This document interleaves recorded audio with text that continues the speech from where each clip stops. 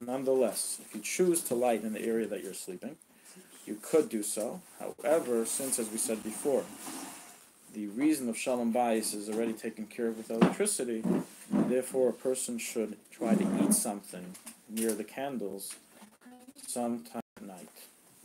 And therefore he'll also fulfill the mitzvah of Shabbos with those candles that they're in. So if you want to light the candles in this new apartment, you could do so.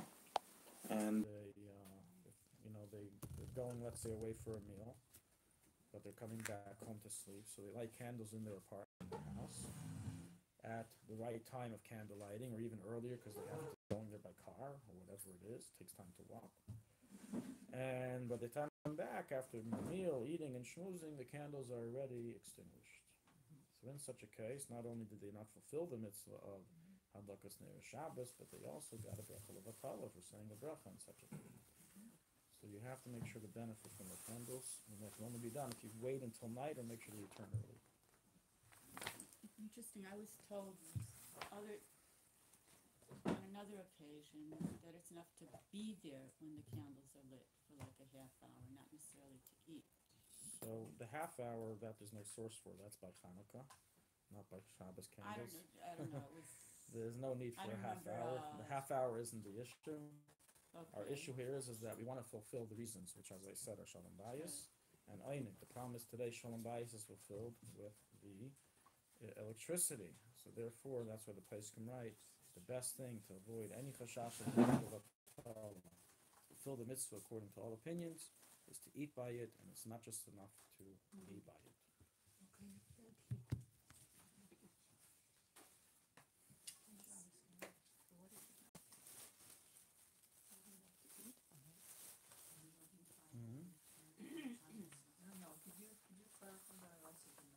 Yeah, I didn't understand. You're not allowed to eat. Are we live already? 1 second, are we live? Yes. Oh, we are now. If you light candles for Shabbos and you're invited out, you go out, and by the time you return home, they have gone out. So before you go out for the meal, make sure to stay in your apartment at least until it's nighttime, where you can benefit from the candles. Right, that was in And the best thing is to have something to eat there. So that would mean you would make kiddush, and you would go ahead and have some azanis next to your candles. That's what I suggested to be done here in the seminary of Beis Chana. The girls there like Chana. The girls there like candles. Go to shul, go to the dining room, and don't return to their apartments until the candles are already out. It's a big problem. It's a big problem that you have those who are in charge of doing niftzah neshek. They go out on Fridays and give out Shabbos candles for people to light, and they themselves don't light Shabbos candles because it's lit in a way that's halachically invalid. So what they have to do is they have to remain in the apartment until it's nighttime, benefit from it, preferably through the form of eating. What I told them to do is that one person from each apartment should go back and eat something near the candles in the middle of the meal. If you stay there till nightfall, that's not enough. You also So it have to have depends. something? In yeshiva, I used to light a candle in my room, and I never ate by it. I just stayed there till after nightfall, and that was enough because the rooms didn't have light inside of them, so I fulfilled the Shalom Bayis reason. But if you're lighting it on your Shabbos table, you have beautiful electric lights, there's no power outage that are giving you all the Shalom Bayis you need. And what are you having the lighting of the candles for? What are they giving you? What's their benefit? Einig. What einig is it? Einig is with eating. Ever hear of a beautiful candlelit dinner with no food? Wait a second, it's not just candles. I have to really ask a question. We're not talking about just candles. We're talking about Shabbos, the entrance of Shabbos, Kedusha. Yeah, but what's the reason we light candles? Kedusha. Why isn't sitting by the Kedusha of the candles, which you're supposed Candles to light represent anyway, Kedusha. Why? sufficient? So Eating is nothing compared to the candles. I don't really get this. the answer is that the Kedusha of the candles, the Torah doesn't mandate when you light candles for Shabbos. It's the Chachamim. Why did the Chachamim come up with it? Not because today they see everybody doing vigils and therefore they say, it must be candles as a special spiritual representation, so light candles for Kavod Shabbos because of the spiritual representation. Absolutely not. That's not why the sages made it takana. They made it for two reasons. One is for light, for the purpose of light. That's why Hanukkah candles you may not benefit from. There you are correct. Hanukkah candles are just for their spiritual aspect, what they represent. Also a Yartzeit candle. It's not for light, but Shabbos candles are 100% for their light. So if you want to go ahead and light candles for the spiritual reason, no one's going to stop you before Shabbos. You can light 100 candles for that purpose, but it will not fulfill the mitzvah of the Chachamim's takana of lighting candles, which was for the purpose of light. So if you don't need the light because you have electricity, and you're also not eating there, it's a problem. Can I ask another question? Say you light candles with oil, and when you come back they are lit. Yes. Is it enough to come back and then have a coffee and something like Yeah, that? 100%. So Doesn't they matter still when come you do it, as long as it's before daytime. back? Make it last long? Yeah. But another very important piece of information which we have to mention is that I already said before, when you're eating somewhere else, preferably you should also light there, not just because that's where you're eating, but also we have to take the safety hazard into account. There's no better way to guard your candles than to be there yourself. You know, and we hear all these stories all the time, and it's a must. It's a must today to supervise if all the the Red Cross and here in Eretz Yisrael, the Mada and Atzala, they all tell you can never leave candles unsupervised because you don't know what's going to happen. So you have the option of lighting it before Shabbos and where you're going to be eating. That option also should be done due to the fire hazard.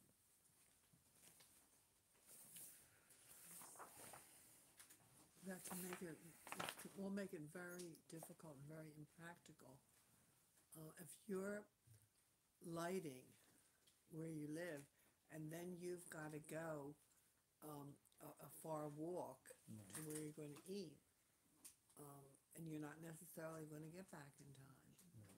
So in such a situation, it's not Stay always home. practical. You're correct. It's not always practical. So in that situation, you light at home. You follow what I said. You wait till it's nighttime, and you light at home. But take precautions. Where to light? Let's say light in an area that if it falls, it can't catch fire, like on your marble counter.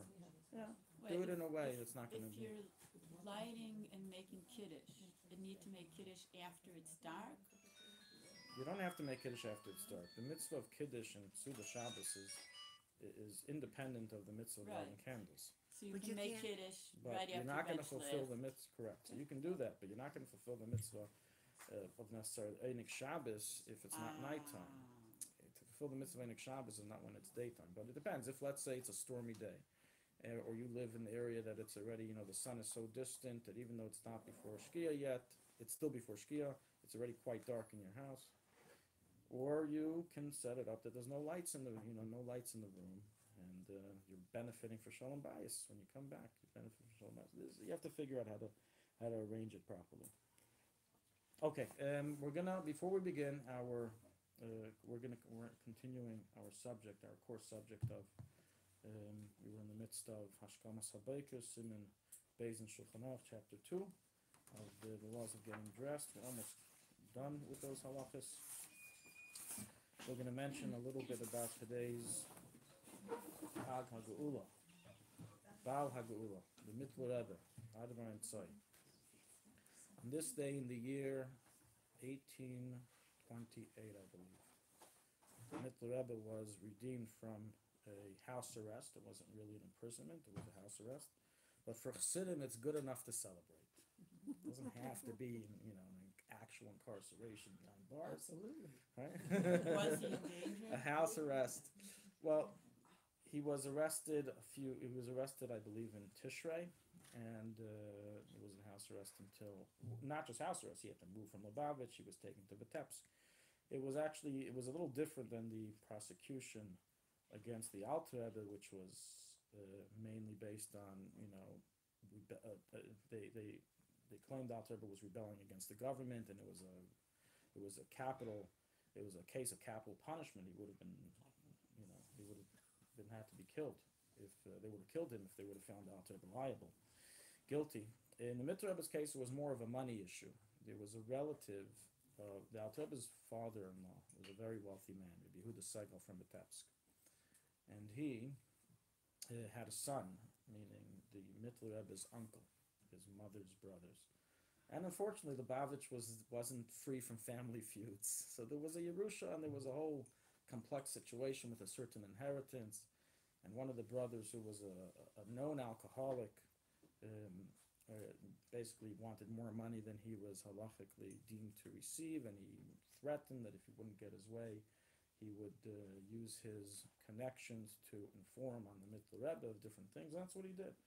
He was basically put under house arrest for quite some time, but he was free. He was able to say Memorim there. There was a number of Memorim he said during that house arrest in Vitebsk. And he was free today in Yud Kislev, and it's celebrated by Chabad. Interestingly, it only began being celebrated much later, because the very next year, the first anniversary, he already passed away. Passed away the day before Chag HaGeula. And so it was only later on that it actually became a celebration. But they say a story one time that this uncle of his, of the Mitzvah Rebbe, that caused all the problems.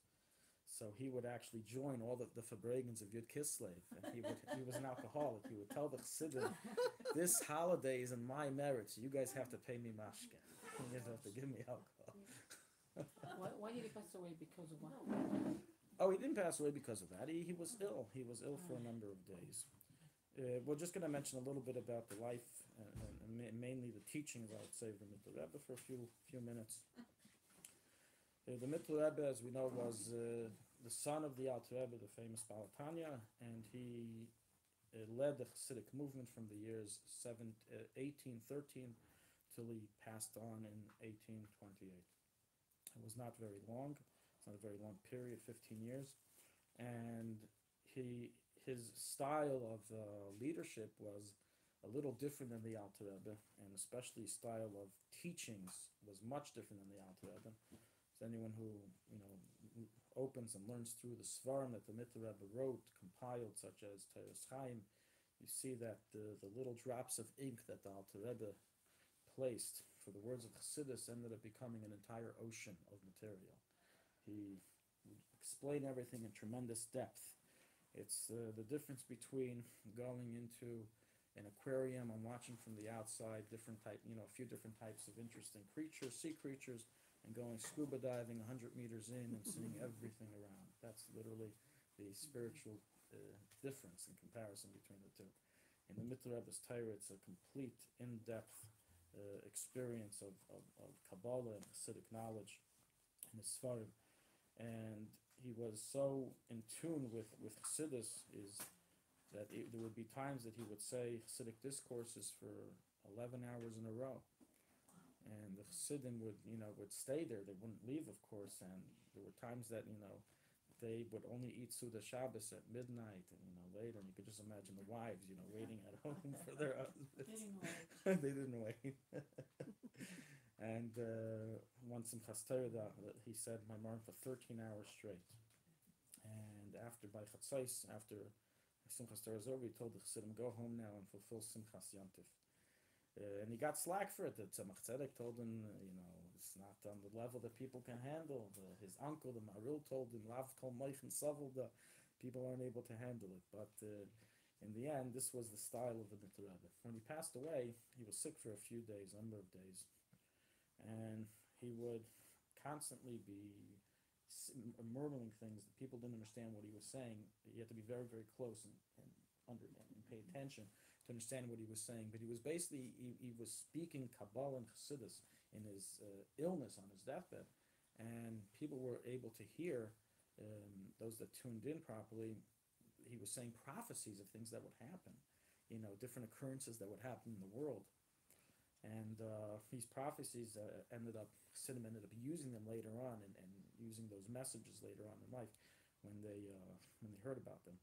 One of the things that he said before his passing, this is on the day of his passing, on Tes Kislev, is he started being Melamed Schus.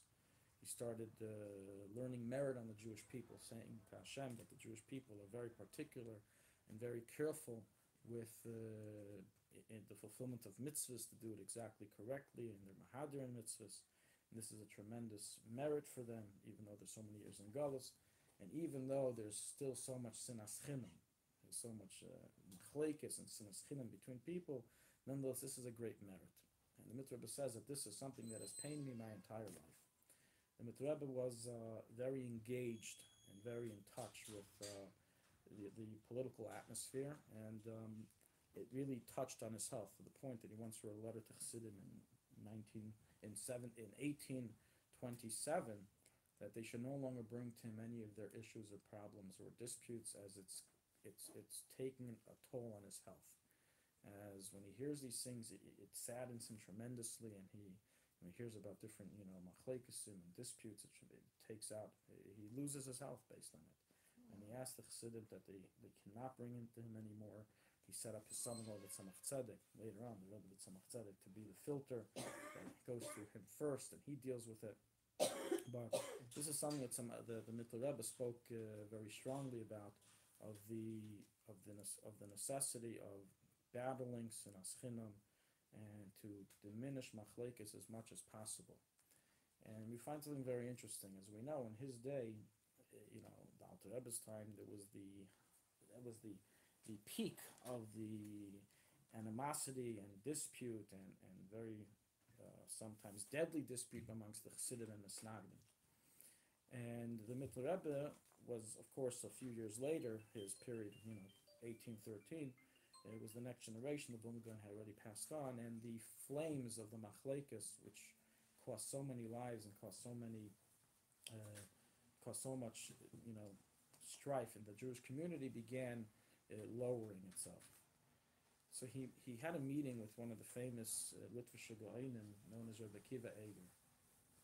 Kiva Eger became one of the most famous codifiers, halachos, the centuries.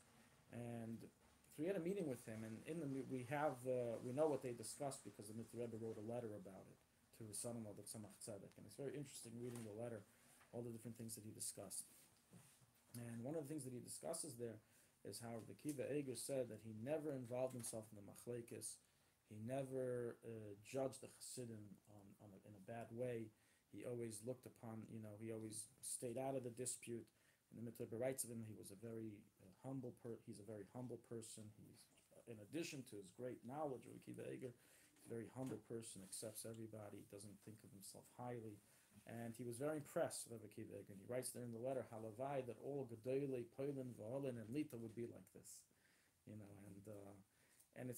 there's a statement that's a Masorah in the Volozhin dynasty, that from Chaim Volozhin, who was the prime student of the Vilna Gaon, that all those who involved themselves in machlekes did not merit to see Talmidei Chachamim come from their loins, from their children, from their descendants. And this is not a Hasidic tradition. You're from the Gra, right? This is a Volozhin tradition. No, also from Volozhin. You're also from Volozhin. Okay, so you heard this tradition before? No. So this tradition was said by, I heard it from Rav Yosheber Soloveitchik, in the name of his father, Rav Moshe Soloveitchik, and the name of his father, Rav Chaim Soloveitchik, the famous Brisker Rav, who was the grandson of the original of Chaim's of Volozhin. And he says in the name, this goes back to Chaim Volozhin, Chaim Volozhin was asked, why is it that from your descendants we see such tremendous Talmidei Chachamim, while from your Rebbe's descendant, the Vilna Gaon, there was no real continuity. So he mentioned that the idea of machlekes, even when it's done l'shem shamayim, and even when it's done for a good purpose, you have to look at it as proper perspective. It's an amputation. Every machlekes is going to cost something. It's not that make a machlekes and it's a win-win situation. If I'm wrong, I didn't do anything right. I was trying to do l'shem shamayim. If I'm right, then I fought for the right thing. No. Even if you're right, and the issue that you're trying to push forward is correct, and the other person is in the wrong, but it's turning into a machlekes, that will have a negative cost even on the l'shem shamayim individual who is correct. It's like an amputation. If a person needs to have a limb amputated, then it's a bad thing to amputate a limb, but if you need to do it to save a life, you do it. But is someone going to amputate a limb because they have an itch? Their foot is itching them tremendously. So let's just get rid of the limb. The person going to make a machlekes because of an itch, or a corresponding itch of a certain matter, that has to be weighed tremendously, very, very carefully to see if this amputation is worth it, or should we just leave the issue the way it is. And this is what Chaim Volozhin said, that the machlekes eats up even the Shem Shemayim. It has a cost, and it dries out the well springs of Torah from that individual, from the continuity. And that's what's also brought down. We see very interestingly that the Chafetz Chaim's Torah became accepted in the whole world. Everyone accepted the Chafetz Chaim's Torah, and today we hear the Chafetz Chaim, the Mishnah Berurah. Everybody knows of them. Sfardim, Ashkenazim, Chassidim. We all accept this Torah. Everybody learns Mishnah Berurah, Sefer Chafetz Chaim. There were so many Gedolei Yisrael that lived. How did he merit this? So the Rebbe once said in a Sikha, he merited this because he never involved himself in machlekes. He was always pursuing Avos Yisrael, pursuing Shalom, and because of this, he merited his Torah to be accepted. We see the same with Kiva Eger. Kiva Eger became one of the most famous codifiers of the centuries, and there were many great Kohanim that lived in those times. But he made sure, the Mitzvah writes, he was someone who made sure to completely remain aloof and absolve himself from all the disputes that were involved and not have the cost of the machlekes amputation touch upon him. So he concludes that Halavai and all Klal Yisrael, that all the Gedolei Yisrael follow the example of the Kiva Eger in the way he looked at two different sides and two different groups and didn't, lean himself one way or the other. Okay, we're going to now continue where we left off regarding the laws of dress. We're almost done with this chapter. We were up to laws associated with getting dressed, like proceeding the right side and the order of dress and things of the sort. So let's begin. It's brought in the Shulchan Aruch based on the Gemara that a person should always precede his right side to his left side, not just with getting dressed, but with everything he does. A person's making Kiddush, they use their right hand. A person's doing a mitzvah, they use their right hand. And there's two reasons brought down. One reason is based on the fact that we see the Torah gave certain respect to the right side. We find this in the following procedures that are mentioned in the Torah. The Mitzayra, when he had to be purified, so he had his right thumb and his right earlobe, etc., they were touched with the oil. So we see the right side was given precedence. Also by the inauguration of the Levites, the right side was given precedence. They also had the right earlobe, etc. That was touched upon, it was given precedence. And we also find, and can anyone else think of a mitzvah that the Torah tells us to precede the right? Well, it's based on this. That's based on this. So we're looking for the precedence now. So there is one other case, and that is with chalitza. Chalitza is worn, the shoe is worn on the right foot, it's brought down. And that's biblical. If it's worn on the left foot, the chalitza is invalid. It has to be worn on the right foot. Right? Meaning the direction right. And so we see that the Torah gave special significance to the right, and therefore also by us we learn from those three places that whenever we are coming to do something, whether it's a mitzvah or even simply getting dressed, we give precedence to the right side. Al-Pi Kabbalah, the reason for this is as we know, the right represents chesed, the left represents gevura, and we are always trying to do chesed. We're always trying to that chesed, the right side, always overpower the left side. So we always give it precedence. In other words, let's talk about the mitzvah of a person doing Kiddush. So Kiddush is fulfilled whether you held it with your right hand or left hand, or even didn't hold it at all. It's fulfilled. Nonetheless, when you hold it with your right hand, you're empowering the sphere of chesed to be involved in your mitzvah, as opposed to if you use your left hand. And that's why we always try to proceed and give precedence and use the mitzvah and do the mitzvah with the right. Even if you're left-handed?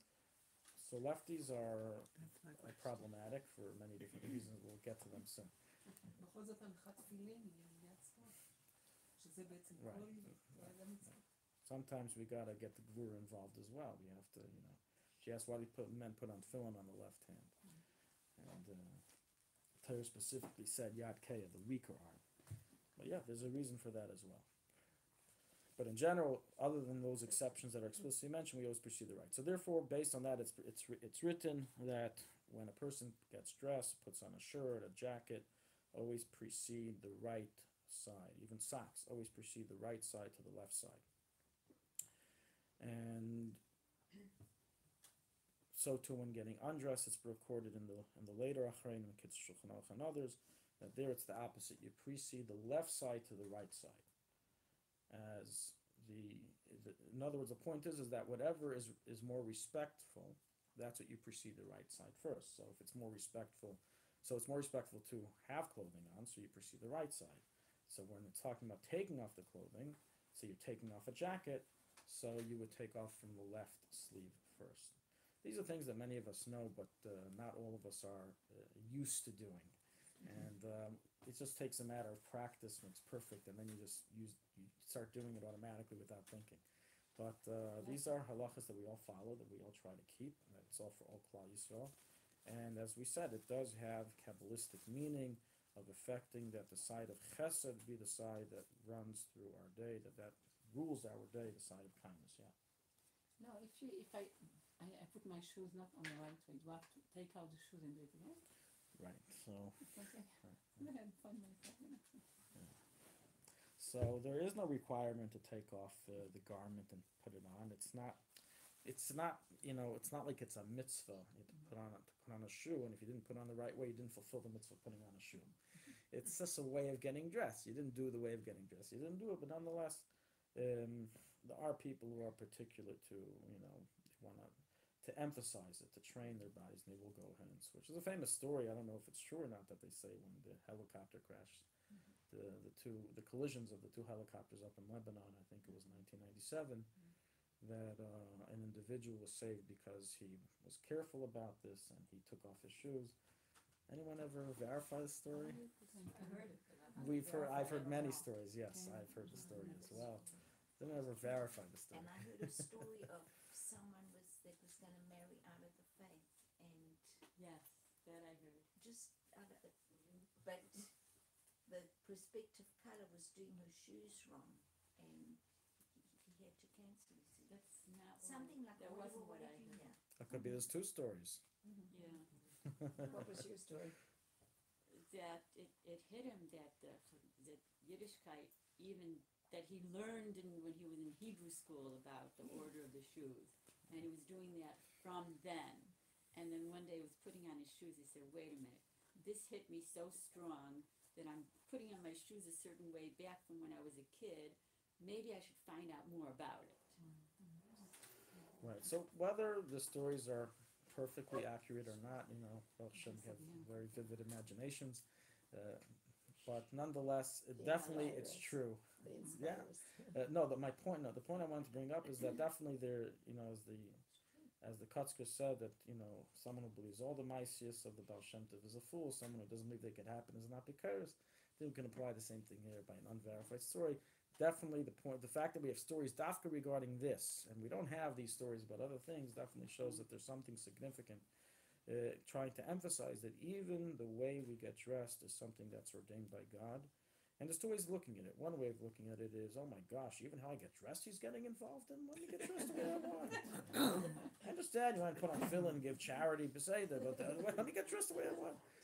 Even how you get dressed, you're able to connect with God. It's a very mistaken and misguided perspective of Judaism. You view Judaism as your boss telling you to do things. But yeah, it's annoying when your boss tells you how to get dressed. When you view it as a relationship, and when you can even connect with these mundane activities, unbelievable. He wants constant connection. And we should want constant connection, yeah. Okay. Regarding lefties.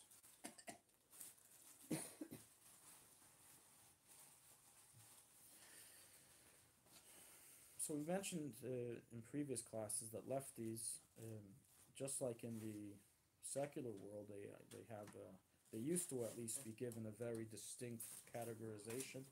I believe lefties were viewed as a certain type of dyslexia, or a certain type of, right, in the 30s and 40s, it was viewed as someone having a disability. It was When like, I went to school, it was a disability. there were certain teachers that tied The lefties. and Yeah. even make them right with the right hand? So lefties have always been viewed like, you know, people with disabilities. And of course today you can't say that. I don't know, they'll call you racist, they'll call you something else, I don't know, whatever they'll call you. But this is how people used to view it back in the day. And we find also in halacha that lefties were called iter yad. Nothing derogatory, but they're basically called, you know, someone with mixed up arms. It's because the way it's supposed to be is the right arm, and most people are righties. That's how most people are. And the question comes up regarding a lefty, regarding many halachas, how does a lefty do it? You know, and everything that requires a left and a right, that there's a difference in left and right, how do they do it? So we're talking about getting dressed. What does the lefty do? Does he follow his personal right side, meaning his personal stronger side, which is his left? So does he precede his left? Or does he follow what the world does? So there's a machlekes. And the machlekes is not only in this case, but it's, as I said before, all mitzvahs pretty much. Which hand should he hold the nagel wasser in? Which hand should he wash first? Are there any lefties in the room? Yeah. Oh. Very brave for you to announce that. Only one from this whole Confess. group? Wow. Well, it could be people that want to confess. You know, this is a I have two brothers who are lefties. I'm on the right. My Savior Lucky was me. Shalom, my father was Shalom, and my oldest son. I have identical twins. One's right, one's left. Whoa. How can they be identical? Because it's called mirror image twins. So instead of dividing like this, they divide like that. So if their hair goes like this, their one goes like That's that. so If there's a mole here, it's a mole there. interesting. So one's right, one's left. That's so interesting. Interesting. Okay. What about the person that they say he has two left hands? Ever heard of that? Yes, yeah. Two left feet. My oldest brother is a lefty and he's הם קשרו את היד שלו. And today he's two right hands. Oh, they Because forced him. He can do anything with both hands. Ambidextrous, right? Ambidextrous. Okay, so what is the machlekes? The machlekes is like this. The Kabbalists come along and say, hey, we understand the Torah gave precedence to the right, but for what reason? It's because of Kabbalah, that the right side is the side that holds chesed, and that doesn't change by whether you decide whether you are a lefty, used to using your left hand for things, using the right side for things. The right side is a direction, and the direction doesn't change based on what you more commonly choose to use or write with. Chesed remains chesed, the right remains chesed. So they say, even a lefty should always precede his right arm. For everything, for all the mitzvahs, except unless it explicitly states otherwise, like chalitza, that would be different. Like holding the esrog, he would have to hold the lulav in his left hand, the esrog in his right hand, unlike what we do. But if it doesn't explicitly state otherwise, then he would precede his right for everything else, like getting dressed, like doing nagel wash, he would wash his right hand first. However, other poskim rule that no, that in this case, a person should follow his stronger area. In other words, the point is give respect to your stronger side. He's the one that's doing most of the work. You got to respect him. He's the one that's doing schlepping things. The left does it. For the lefty, the right side doesn't do anything, and he also gets honored. He also gets everything first. No pay, no gain. He doesn't do the work. He's not going to get the respect. So that's the machlekes here, of if the right or the left should get it. And there is no real arbitration here.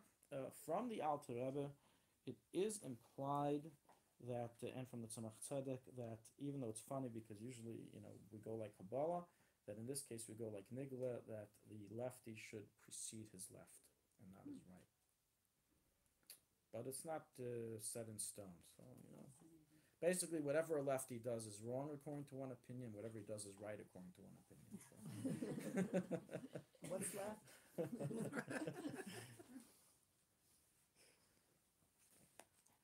Okay. Another thing we discussed in later authorities, not in the Shulchan Aruch or prior, is the order of getting dressed, either up to down or down to up.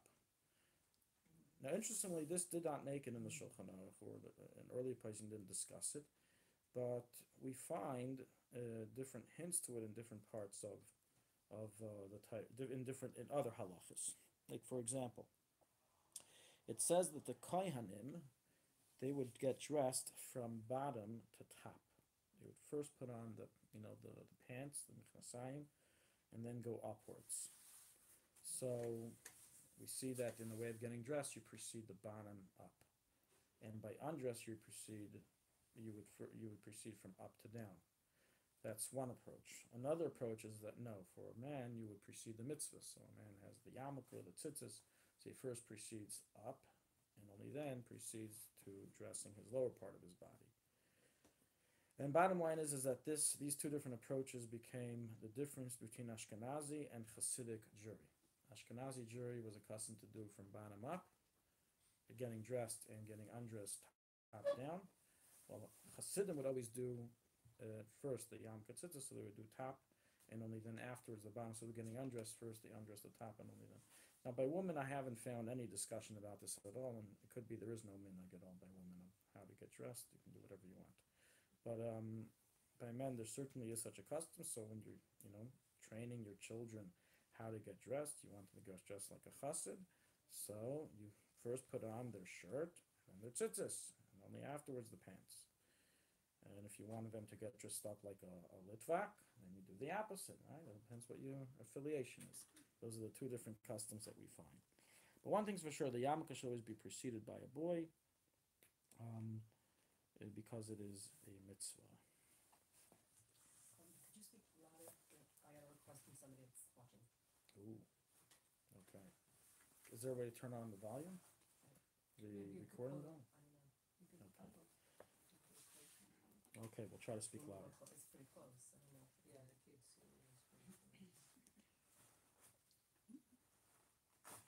What we do know is that by tachrichin, the order followed is pants first, which is the order of the kohanim, and that's followed as well by women. Can you translate it? Tachrichin are burial garments. So by burial garments, they do follow a specific order by men and by women. It's the same order, it's from bottom up.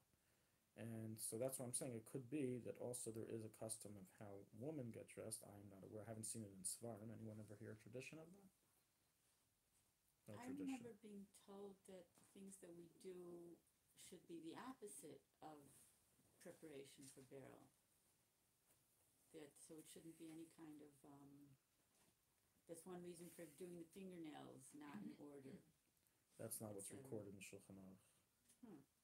But we were all taught what she just said. No, but that's, That what? that's We just were the all nails. Okay, taught what good to she know just that. said. That what? But Which that's point? just with the nails. That one second, But I one was second. told with other One things second. This is also. news to me. What were you taught with the nails? That you should never cut your nails when you trim them in a straight order. You should do them alternatively. Right. That's written in Shulchan Aruch. Why? Because of what Rena just said. So two problems that I have with that. Problem number one is there is a reason brought down, and that's not the reason written. It's written in chapter 216 Shulchan Aruch. Number two, it doesn't say any order of how you're supposed to trim the nails by Tara. So those are two problems with that statement. Another kindergarten teacher mistake. I don't know. I'm just saying I went through both subjects and I have not seen either of those aspects. And furthermore, I'll mention a third point. The idea that we try to do things opposite of the way it's done by a mace is also not something set in stone. There are certain minhagim, as really all minhagim are, which is the populace took upon themselves. The populace started doing it. So let's not forget that when we talk about the populace, it's not like all the Jewish people are one together deciding on things. We know the situation. We know there's different communities. We know there's different cities. So just because there was a group of women in the city of Kremenchuk that decided because of the mace, they saw how it's done by Tachrichin, they decided to do things differently. So now for all Klal Yisrael, this is now the minhag. No, not at all. In Kremenchuk, the woman did this so they can follow the mother's minhag. But it's not abiding on anybody else. So too with these things, a lot of these things of these type of things that have no source at all, it doesn't mean it's wrong. It doesn't mean that a person who was brought up that way shouldn't follow it. But it just means is that it's community customs. When I say community, it usually goes back to, I'll give you an example. A lot of the minhagim today followed in Chabad by Tahara are based on the minhag that was followed in the city of, I forget the name, it was north of Vilna, where Rav Oshpal lived, and he was the head of the Chavah Kaddish in Crown Heights. So a lot of those minhagim followed in that city, Chabad, that city, were eventually brought into Chabad, and they today have become pretty much the widespread custom. but they came from a very specific area. It wasn't so. It could be people did things. I'll give you another example, which again has no source, and you don't have to abide by it. If this is your custom, you abide. Another example is regarding how to sleep. Some people say it's forbidden to sleep with your feet towards the door. Why? Because that's the way it's brought down in Sefer Chassidim, that the base is positioned when he's after the Torah, he's positioned with his feet towards the door in the Torah room. Now, while that is correct, the Sefer Chassidim never extends it and says, oh, by the way, nobody do this when you're alive. Oy vavoy, what can happen, And in fact, the Sefer Chassidim does, on a different respect, say people have this mistaken Baba Maisa in their heads, that if they learn the laws of mourning, then Chas v'Shalom, the Malach HaMavos will be waiting for them the very next day. So they don't learn the Halachos, and if they do this, they think that it's an invitation to the Malach HaMavos. He says it's Baba Maisas.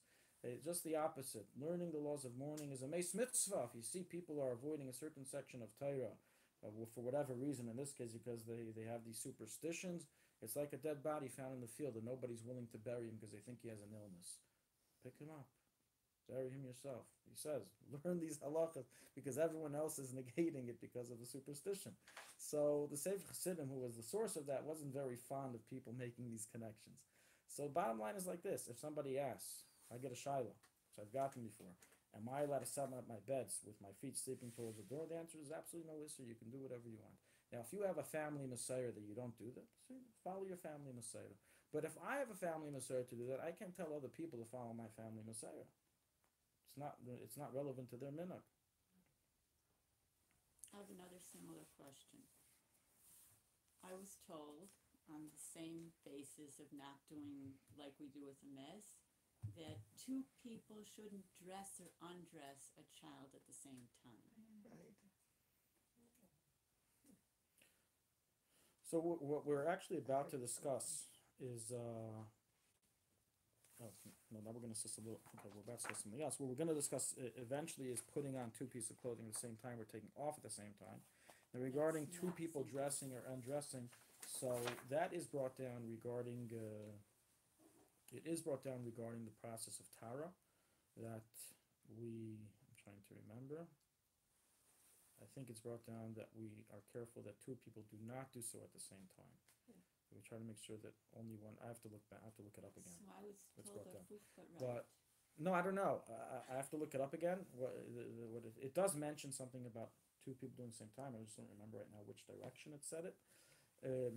What that is another classical example of many other things. Not to walk over a child, and if you do, walk back the other way. The child shouldn't look in the mirror before he goes to. All these things, they're not sourced in Judaism. They have nothing to do with Judaism. It's not Judaism. It's customs of communities. Not looking in the mirror is also not Correct. sourced in Judaism? No, for a man, that a man can't look in the mirror is No, halacha. a child, a baby. No source. All these things are sourceless.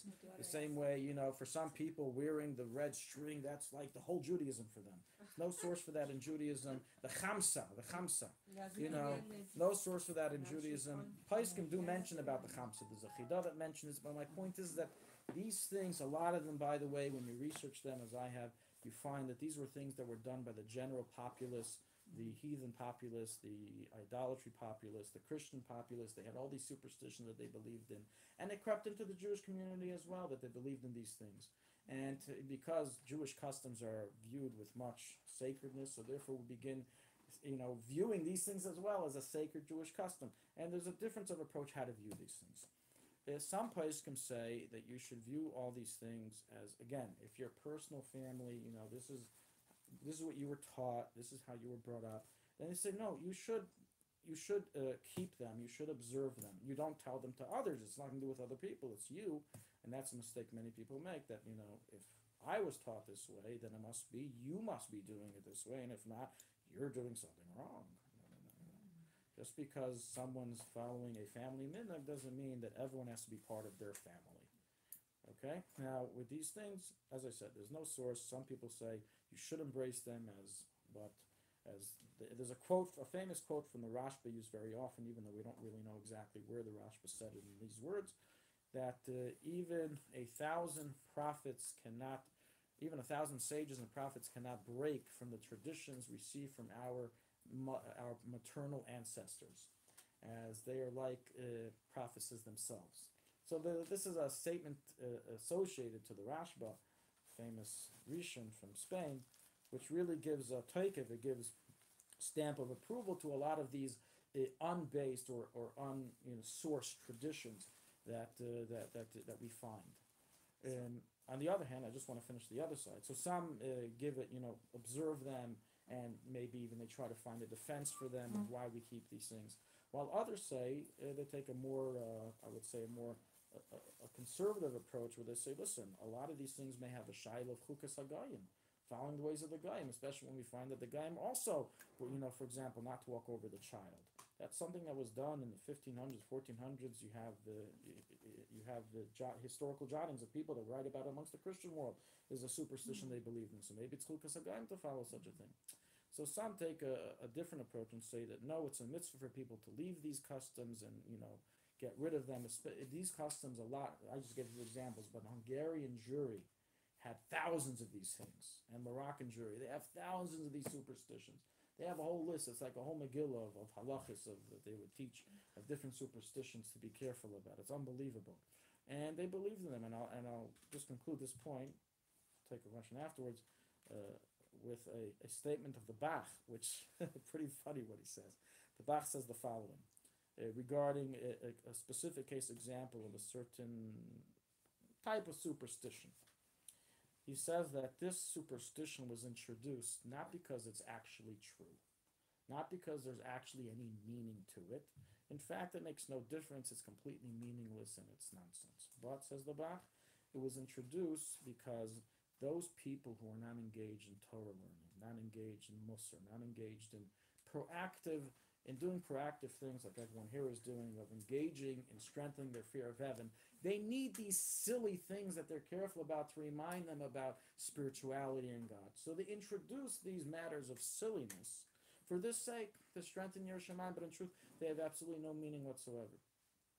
That's a very interesting approach of the Bach, by Chodesh, not the composer, right? Chodesh. And Wasn't the same. As Bali Tshuva, we come in and you hear a lot of these right. customs, and we took them on. So, but here now it's like it's not a tradition going back, but yeah, maybe it is because, as you said just now, the Bach said. Right. So what do we do? So in the example of the Bach, people used to be very careful with what he was mentioning, and practically we're not today. He's talking about the Tkufas. Today nobody's, I don't want to go into what it is, it's not relevant for now, but nobody keeps it today practically. Yeah, a few, maybe Chidei Segula, once in a blue moon you find someone who still keeps to this today, to this matter of being careful in times of the Tkufa. But these are things that became extinct. So once again, the main approach is that we try to observe traditions, we try to honor things kept in the family, with the knowledge, knowing this is not set halacha, this is not written anywhere, but it's a family tradition, and we would like to, continue to observe it, not preach it to other people, and the question is, if you find out that really it's a baba ma'isa, literally that's what we're saying. What the Rashba says, it's a baba ma'isa. It comes from the babis. Should it be thrown out because of that? So if it's something that goes against halacha, then clearly it has to be very carefully analyzed and found due halachic defense. Otherwise, a minhag that goes against halacha, there's no room for. But and one of the Ge'enei Dereinu who had a lot of trouble with this was Rabbi Yosef. He, the Sephardi world is not like we think, just one unified family of Sephardim. There's so many different communities of Sephardim. And so he was, for example, from Bavel, from Iraq. He was an Iraqi Jew. While the Moroccan Jewry and Algerian Jewry have many different customs. Just like Ashkenazim versus Sephardim, you have Sephardim versus Sephardim. And he had a lot of issue with a lot of these different customs that the Moroccan Jewry took upon themselves, which either went against the Beis Yosef or just went against Judaism in general, just against halacha. And he had a very difficult time fighting them, fighting these minhagim, trying to uproot them. And he writes a whole tshuva how a minhag that's against halacha is not a minhag. So he says, you have to uproot it. But he got a lot of slack for it. A lot of people disavowed of him because of it. A lot of Moroccans, I'm saying. They were very upset. Well, he's coming to stumble on our family traditions, So it's it's a very touchy subject, as they say, a sensitive subject. But bottom line is like this: a person wants to not stop following these things, then they should do a Taurus Nadarim and uproot it through a Taurus Nadarim, and then they don't have to follow it. But if they ask for advice, should I continue? If it's not such a big deal to continue it, and this is their family tradition, if it doesn't really have an Isser Chukis Goyim, then they should respect their family tradition and continue. There are a lot of baby toys that have mirrors. That's how it became an issue. It became an issue. But we said Because it's babies not like real. looking at their Right. reflection. That's right. So do grown-ups. That's why it's not an issue. If you look at the Chuvas, we're laughing about it, and we mentioned a few examples, but you don't understand to what extent Jews lived by these superstitions. It took over their lives. When you read Chuvas from Hungarian Poskim, the Teres Chaim, the of Chaim Sefer, not connected to the Chassam Sefer family, but also Hungarian family, and Machane Chaim, you see the different shilas that were asked are like unbelievable. You would never think people believe demons. A demon, took my wife from the bedroom, and I couldn't find her. Literally, these are Chris shilas. Demons Yeah. taking people from their homes. No.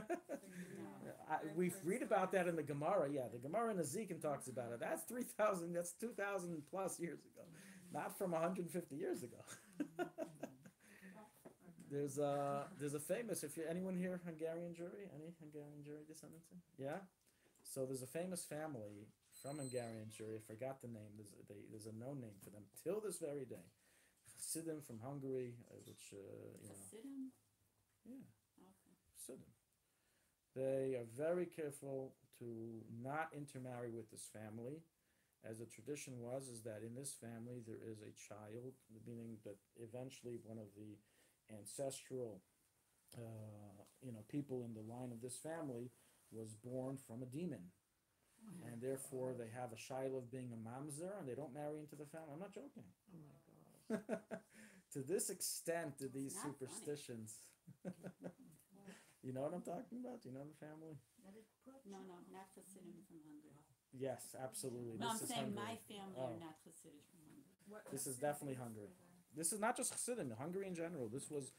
Hungary had a lot of these things, but other sects of Jewry did also. But different pockets, different areas, different locations had their things, and they till today they're careful that they don't intermarry with this family. The family now is very big; it's already 150 years, so they marry amongst themselves. They have plenty of cousins, or second, third, fourth, fifth cousins to marry with, and there's a number of them in Muncie. No, I'm curious. Okay, It's supposed to be monthly, that's a tradition that there was something wrong with the family. That's the tradition that they have. No, the shiloh's brought by the Gedele Peiske Hungary of demons, and not just demons, all these different types of superstitions, and So check out about the two people with one garment. two people with one garment. Yeah, no, there's nothing to check. I'm already telling you, it's part of that group of things. You said that there was something by Tara that you. Oh, regarding yeah, but the idea that if we do it by Tara, then we do the opposite. That itself doesn't have a No, source. but maybe we should So be careful even- not to do it because there's no that's what source they for that. don't do it Tara. I said there's no source for that. That's something that people took upon themselves. When people would see doing something by a mace, so they automatically. That's the whole point of why we're saying all this. That people took upon themselves different customs due to their personal superstitions. They didn't open up a Shulchan Aruch and they didn't call a Rav. They took it upon themselves because it didn't feel right with them to do something they're doing with the mace. So therefore, they took it upon themselves. Not So saying a fool. So you're saying this al pi halacha, you're not saying this al pi like a source in maybe what? Zohar. No, not everything mystical and superstitious we can blame on Rashbi. Absolutely not.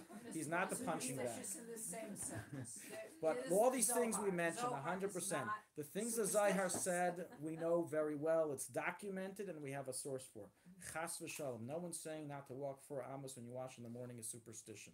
That's Zohar recorded in Shulchan That's what Aruch. I'm saying. That's Maybe there are source things in material. Zohar. So we You're have to not- look up. So I'm just Right. saying, if we look up and we don't find a source, and we can't say, well, maybe it has an unknown No, source. I didn't mean that.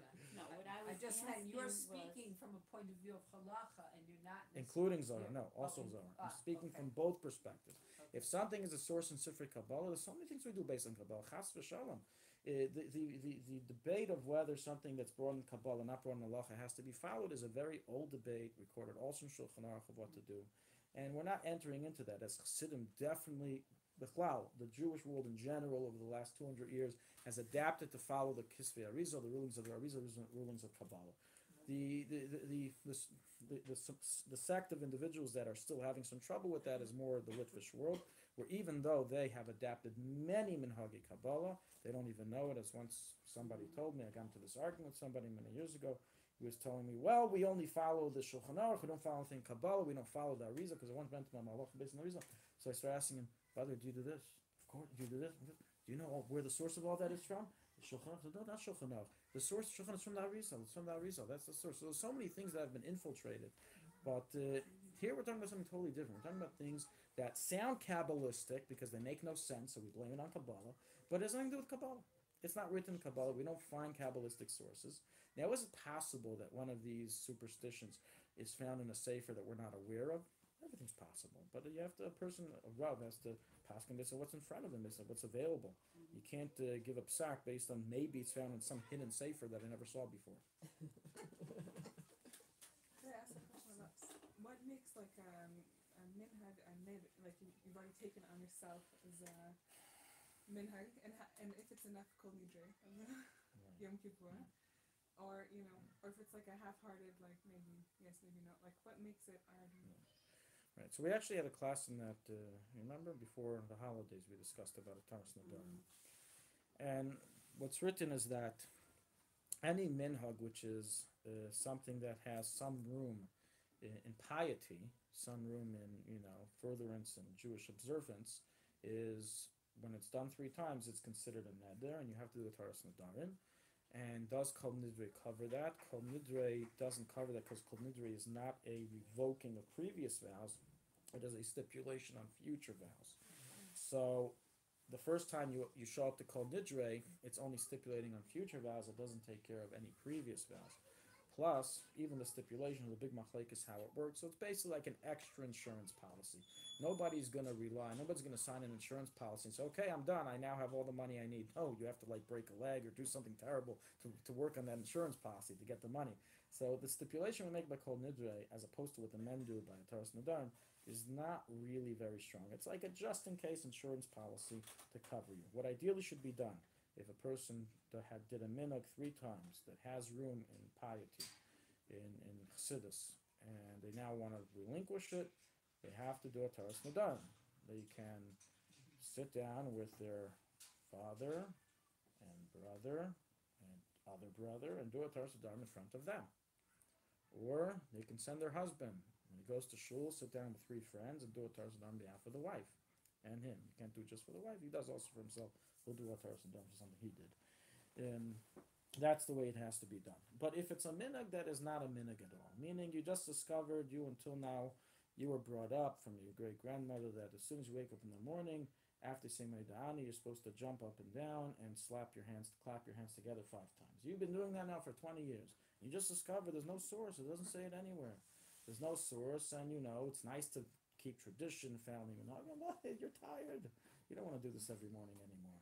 So do you have to do a Taras Nadarim and such a thing? The answer is no. Because you now discovered that there really is no source for that, and it was never done as a real, something of piety.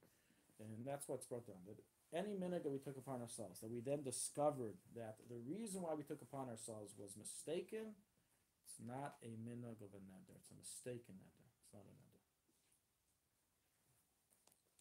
But with these things, since, as I said, we have the Rashba that says a tradition from your forefathers, not just your personal families. A lot of Jews think this way, so it's good to do a Taras Nadarim just to cover it, just in case. For the marriage business? Some will say you don't need to do a Taras Nadarim, and some will say you can't. Some will say it's usher, it's chukas hagoyim for you to follow that superstition. So it depends who you ask. My approach is that, let's try to cover all bases. A Taras Nadarim will certainly cover all bases, and then you're fine. But yes, it is true. The Rabbanim who say it's usher to believe in such things, it's usher to follow such things, it's chukas hagoyim. Also, Chukas Hagayim, the same when we throw all of these minhagim to the Zayr and we say, oh, it's Kabbalistic, when of course it's not Kabbalistic. When we use Chukas Hagayim to say something's Asher, it's also not always very accurate. Because to be Chukas Hagayim, we have to prove that it's something that the Goyim took upon themselves as part of their idolatry. But if it's something that, in Pressburg, in Hungary, the whole community, Goyim, Jews, took upon themselves because they believed in a certain thing. It has nothing to do with idolatry, it has nothing to do with Chukas Hagayim. It's just everybody's doing it. It's like, for example, a good example is many people do not buy anything for their children before the children are born. During pregnancy. There's no source in Judaism for that at all. Oh. And a person. Have we been keeping Judaism or not? Are you keeping Judaism plus some? This is called the plus some of Judaism. But this is a minhag not just by Jews. Goyim do this. Goyim keep this. Many Goyim keep this. Yes. I've done research on this and I've seen eyewitness accounts. Many Goyim are accustomed to keep this superstition. They do not buy things before the child is born. They even ask questions. Is it okay? And people answer, "What are you being superstitious?" Many people. You can go look. Bottom line, this has no source in Judaism. But if somebody wants to be careful in it, are we going to go ahead and say that it's Chukas Hagayim? It's a little difficult to stretch it to Chukas Hagayim. You have to bring now a burden of proof to show that this is something that the Goyim did. And we know this custom, as I said, not to buy, was around in the 1600s. But who started it? Why was it started? What is it all about? It's not, so maybe the Chacham, let's go back to the Bach. The Bach said, who's the one that installed that minhag I said before, if the Kufas of the Bach said is really just Baba Mises, and it was just done so people have a false, building block for Yerushalayim? The Chachamim. The Chachamim did it. They infiltrated it for that purpose. So people would have a matter of Yerushalayim they can hold on to if they're not engaging in learning and other service of God. So it could be here too. Maybe the rabbi of Pressburg decided, we need more Yerushalayim during pregnancy. So we'll make a superstition. We don't know. So I've actually it wondered doesn't necessarily make it Chukas Hagayim, my point is. But on the other hand, that doesn't mean you have to follow it. When I asked this specific question to two different balei minhagim, two different individuals, Alter Chassidim, who know minhagim and are considered one of the those who are leaving the tradition of the minhagim for the next generation of Leo Lando and Rabbi Groner. They both answered in different ways. Leo Lando answered, absolutely not. There's no such custom. It's a baba ma'isa. You can do what you want. On the opposite, you should already prepare the house. Rabbi Groner answers that no, he knows many women that are careful in this, and he recruited the Rashba. What the women do, it's even better than 1,000 prophets. So again, different perspectives, and it really has to do with what you're brought up with. So that goes back to what we said before. Because there are also Hasidic stories of women that had so much bitachon in the brach of the tzaddik that they adrabah bought things. 100%. Well, yeah, I haven't pinpointed those stories, but I've also heard about that. Yeah. Well, what about, if we ask, how many children do you have? Oh, I can't tell you. Now, what is that?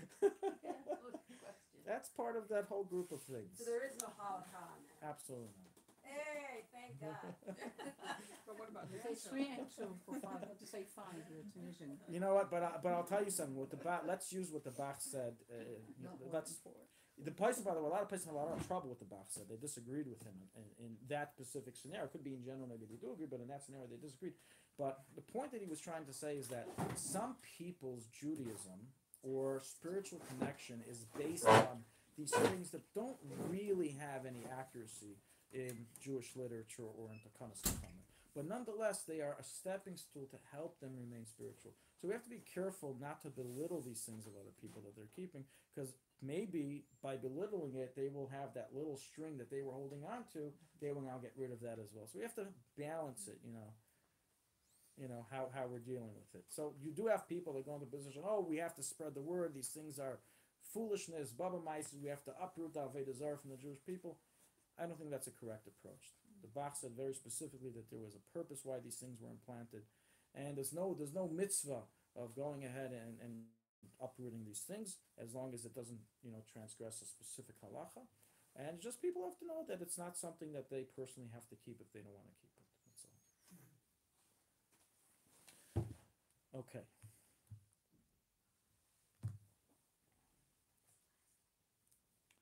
We're not going to discuss a related subject to, preceding the right side to the left side, which is wearing the right side of a clothing over the left side of a clothing. So this is not recorded in the classical Poskim. It's not brought in the Shulchan Aruch.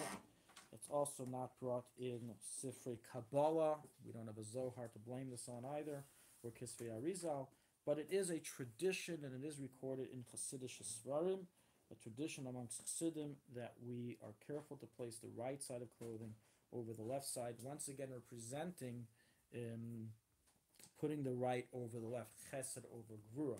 So it's not just in getting dressed that we honor the right side, it's even when simply the way you would close a jacket, instead of closing it like this, which is the normal way, left over right, you close it in a weird way like this. If you ever see somebody walking around like this is why they do it. Or it could be they were just, they didn't wake up on the right side of the bed, but it also could be that they're There's a women's trying to way be. of No, I don't mean about buttoning coat, I just don't even understand when you're saying you don't put the one side over the other side. I don't understand Right that. over left. Put right over You have a left, piece not of left over clothing right. on. A person has like a sweater on, and then they're gonna put another sweater No, over that's it. not what I meant. Ah. I meant when you have two sides of Yeah. clothing, don't do left over right, do right over left. I just did an experiment, look, Demonstration. a demonstration. Okay, that's what you do. Now, women also? Women so there's anyhow, no they're reason also- why, Jacket or there's no something reason that why has women should be buttons or different in zipper. this. There's no reason why women should be exempt. There was a difference between women and men in this. This is chesed over gvura. Women don't need chesed. clothing is always I Are understand. designed that So it happens to be, as we know, for some reason, Which I is don't the know right who way. started it, and I don't know why they started it. They designed women's clothing different than men's. For example, men's shirts are always left over right, like mine, while women's are always right over left. Now, To because of that, distinguish the- Hasidim were careful Yeah, just to distinguish the bring their coats to a tailor and have it done the other way. Yeah. And that's why kapatas, which are self-tailored, are always done the other way. It's a special way of doing it, opposite of the way the world does things, and it's to have the right side over And the there's left side. Hasidic shirts also now. So regarding the shirts, I was Otherwise, always troubled about it that we have left over right, even though we're so careful about always putting the right over left. And I didn't want to put on my sister's shirt. I don't want to put on a woman's shirt which is right over left. That's probably Begadisha. So I asked Rabbi Groner what he has to say about this, because this is a known Hasidic tradition, and how is it that we don't find garments of right over left? So he said the following: while you can find in Williamsburg, stores that sell special made tailored shirts of right over left, this was never the custom amongst Chabad, and the Rebbe himself wore shirts with this left side over the right side. Now, why are shirts different? I'm not exactly sure why that broke the tradition, but what we can suggest is the following. There are some who say, this is brought down Chassidish Svarim, that by pants, it should be done left over right and not right over left. And, pants are usually, the flap is usually, that's the way it goes, left over right. And the reason is because, as we said before, right is chesed and the left is gvura. If you starve a gvura, they're going to go nuts. They're going to go crazy. They're going to attack you. So you got to give them a little bit of food. Throw them a few bones, and then you can build up your chesed, and you're good. The gvura's happy. He's not going to bother anybody, and the chesed can then overpower. So it could be also the shirt. The shirt is more inside. It's a beged pnimi. The jacket is more the chashava. This is my personal theory. Could be.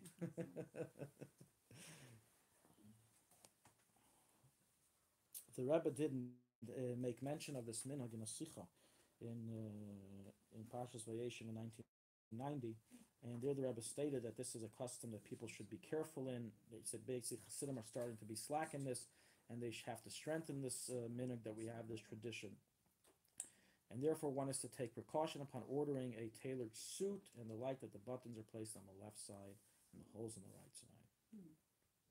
But not if you buy one off the rack. And yes, I did write here, this custom applies to both men and women. That's written in Menachem Tzion, which was a sefer written by the Rebbe of Rimnov. There is a story, that verified story, a true story heard from the actual person who this happened to, who this is a Yerushalmi Jew, I believe. He's the son. He lives right now in Remote, and he said that his I believe it was his father. I don't think it was him. I think it was his father that came. It's in Living Torah. Maybe you've seen it before. They interviewed him in Living Torah.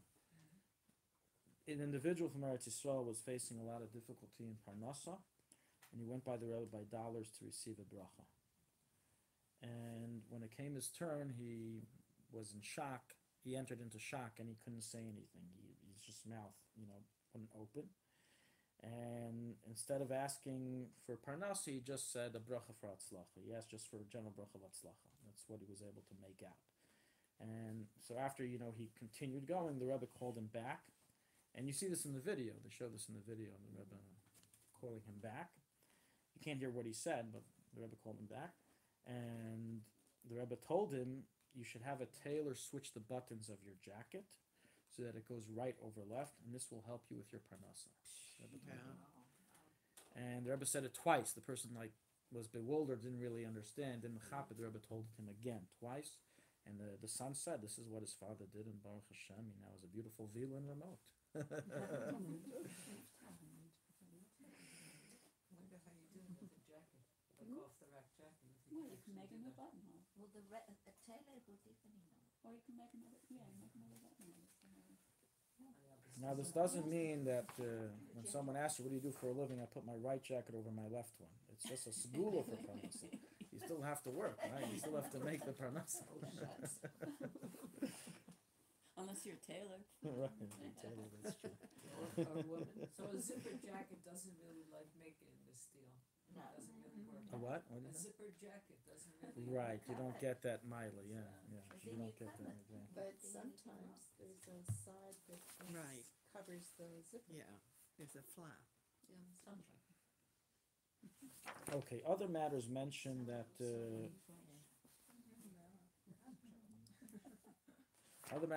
we precede the right side is when we take a sefer, we open up a sefer, we should take it with our right hand. Then when we kiss the mezuzah, we should use our right hand. Even though, interestingly, the Rebbe would always use his closest hand. If the Rebbe's closer hand was the left, he would touch the mezuzah with his left, maybe because of not to pass a mitzvah. I think you said in a different class that kissing the mezuzah with your hand is also something that's not source. It's a minhag, it's not source. The Rebbe didn't do it, but it is a minhag. The minhag gets written down in the Ramah is to touch it. The idea is to touch it and to remind yourself of what's written inside.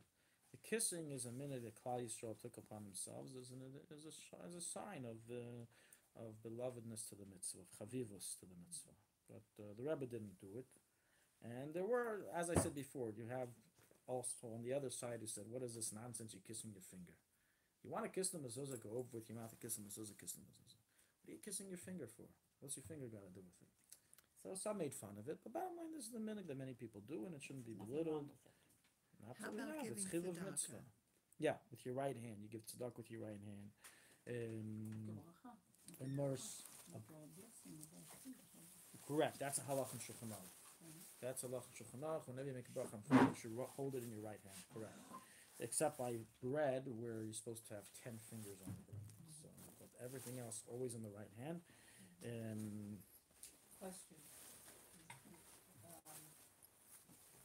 When a bride gets married, Right, I was about to say that. That was the line I was up to.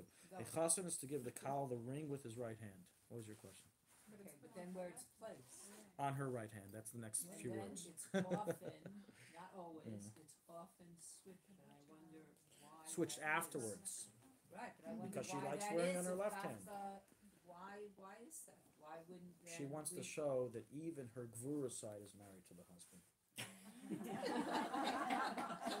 She what's needs so a hard. Gevurah. Could be if we need it to be. Where's the No, really, but why wouldn't we keep it on our right side? It's a very There are some intriguing women thing. that It's do such it. an ignorant thing, the wedding There ring. are women that do. Yeah, right. I can't answer you why women put their ring on the left side. I personally don't. That I can guarantee you. Okay? Shayna? Personally, But I don't can wear your right suggest. string on your left hand. No, I don't wear a ring on my left hand. But what I suggested, it could, again, we said before, if this is all based on the whole idea here of what we said before, right over left, is a Hasidic tradition.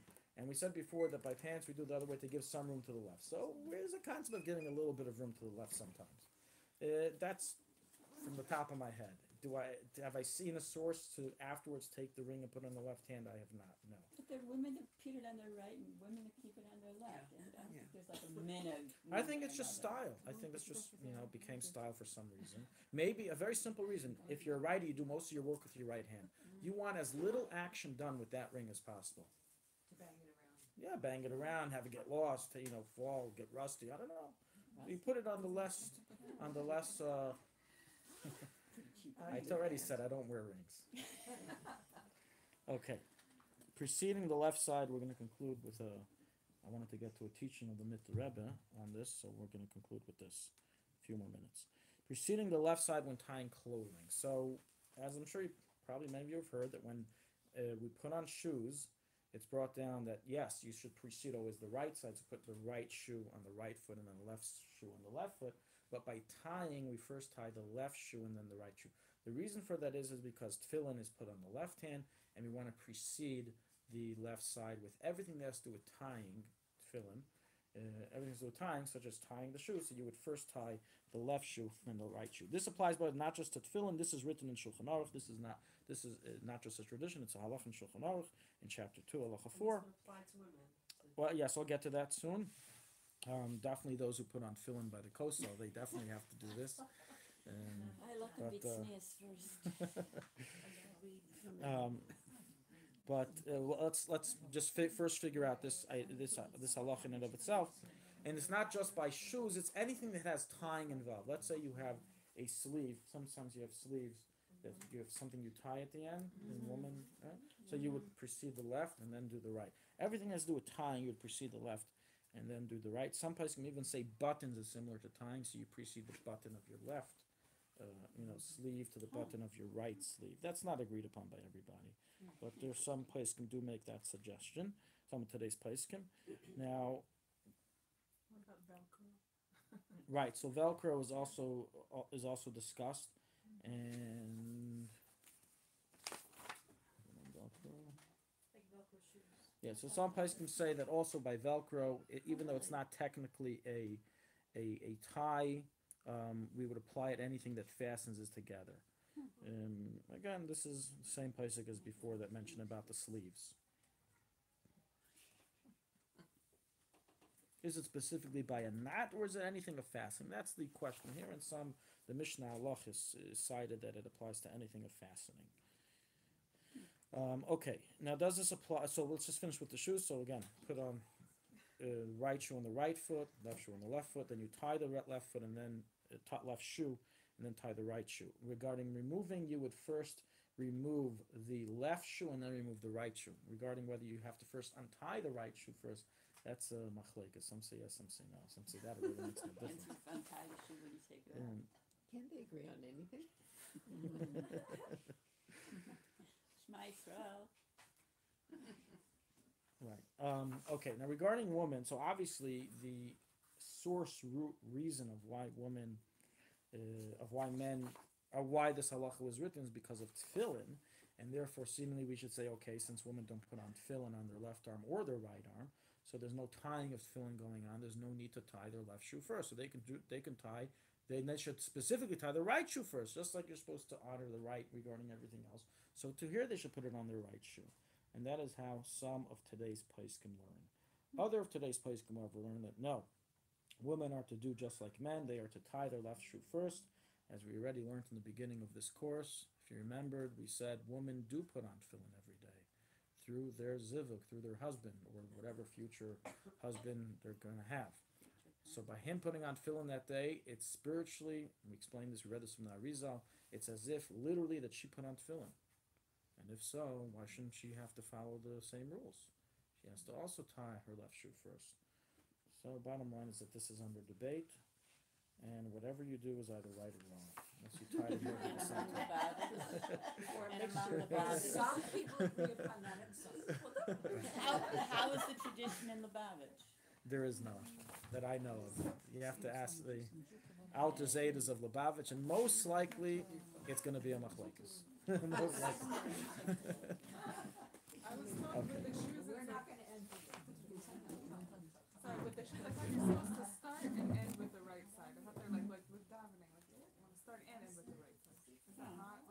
put on. What do you mean by end? Oh, You the put time. shoe, you Right, right. right. Right. So, but the tying is because why is it the way you said it? Because of the tefillin. So that's why we have the debate by one. Okay. If you have loafers.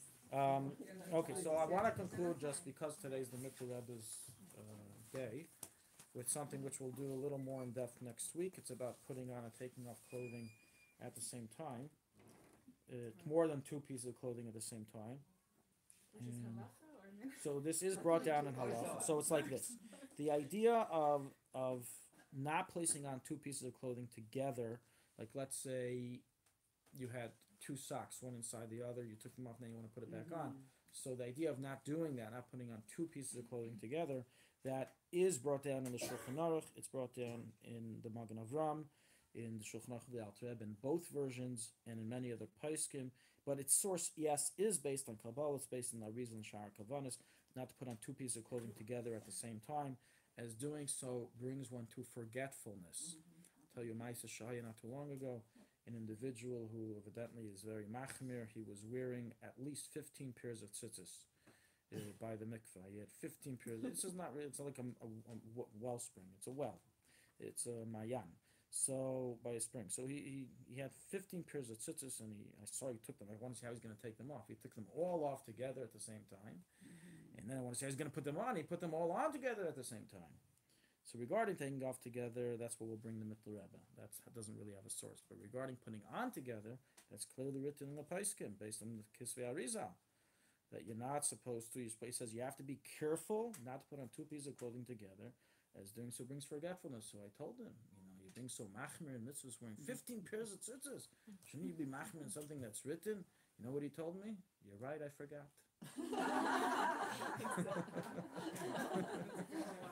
See what happens. So you see what happens, it works quick.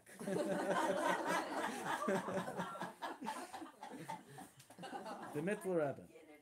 The Mikveh Rebbe extends this even to taking off clothing together. It's a known tradition that just like we don't put it on together, we also don't take off together. So we won't take off a shirt and an undershirt together. We won't take off two pairs of socks together, and so on and so forth.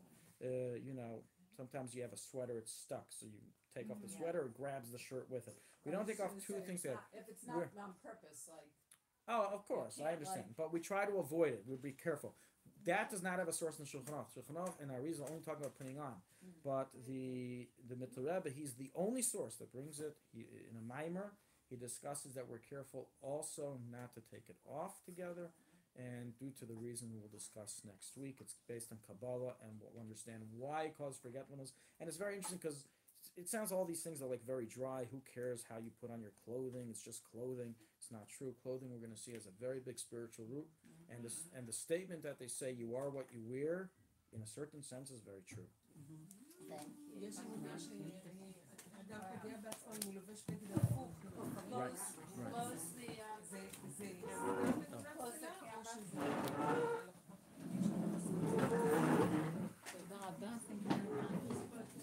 One second. How do we turn this off? X.